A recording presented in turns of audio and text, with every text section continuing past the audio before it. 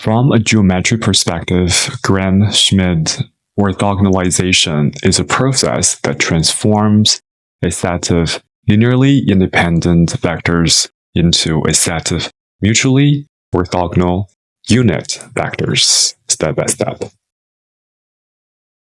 Let's walk through a concrete example to understand how Gram-Schmidt works by processing a set of column vectors A1, A2, and A3.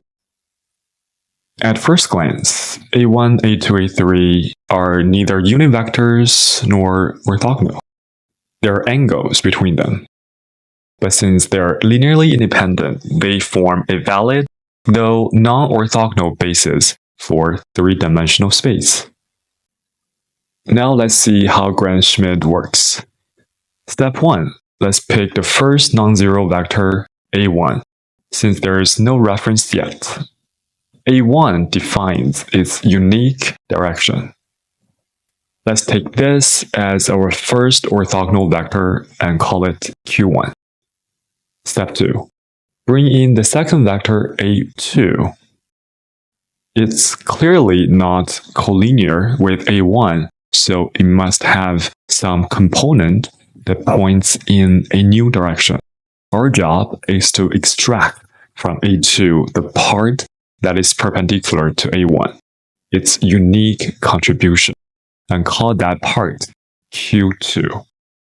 To do that, we decompose A2 into two parts. One that is parallel to A1, the other is perpendicular to A1. We keep the perpendicular part Q2, discard the parallel part, ensuring Q1 and Q2 are orthogonal. Step 3 follows the same idea. We bring in the third vector A3. This one doesn't lie in the plane defined by A1 and A2, so it has its own unique direction too.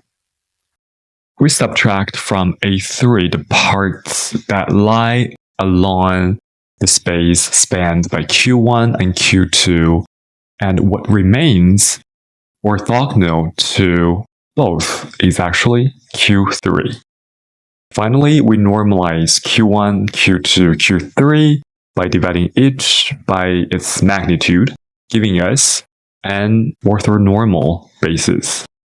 Geometrically, A1, A2, and A3 define a skewed parallelepiped, while Q1, Q2, and Q3 define a unit cube. The two sets of vectors span the same space, but apparently, Q1, Q2, and Q3 do it in a cleaner, more structured way that makes computation easier.